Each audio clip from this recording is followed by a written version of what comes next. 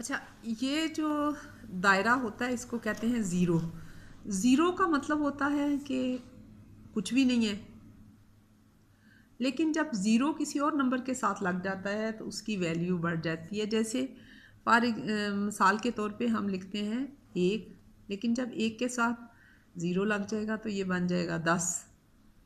ठीक है, इसी तरह जब ये दो के साथ लग जाएगा तो लग जाएगा 20 हो जाएगा।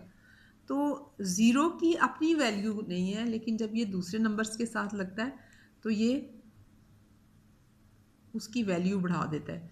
जैसे 10 है, एक ज़ीरो, तो अगर 10 के एक के साथ हम 2 ज़ीरो लगा देंगे तो ये 100 रुपया बन जाएगा। पैसों के हिसाब से अगर सोचें तो 1 रुपये के साथ ज़ीरो ऐड करने से 10 बन जाएगा, 2 ज़ीरो ऐड करने से 100 बन जाएगा, और अगर हम 3 ज़ीरो जमा लगाते हैं तो ये 1000 बन जाएगा। तो ज़ीरो लगाने से नंबर की जो है वैल्यू वो बढ़ जाती है। इसको एक दायरे की शक्ल में लिखा जाता है।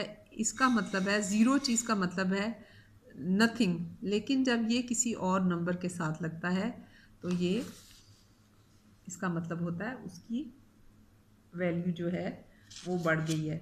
जैसे आप देखें कि यहाँ पे मैंने आपके लिए एक सेब रखा, ठीक है। इस दायरे में मैं आपके लिए बॉक्स में 2 एग्स रख देती हूँ, ठीक है। और इस दायरे में मैं कुछ भी नहीं रखती।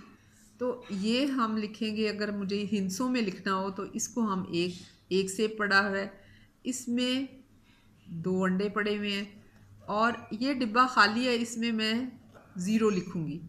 तो ज़ीरो का मतलब होता है कि कोई चीज़ भी इस बॉक्स के अंदर, इस डिब्बे के अंदर कोई भी चीज़ नहीं है।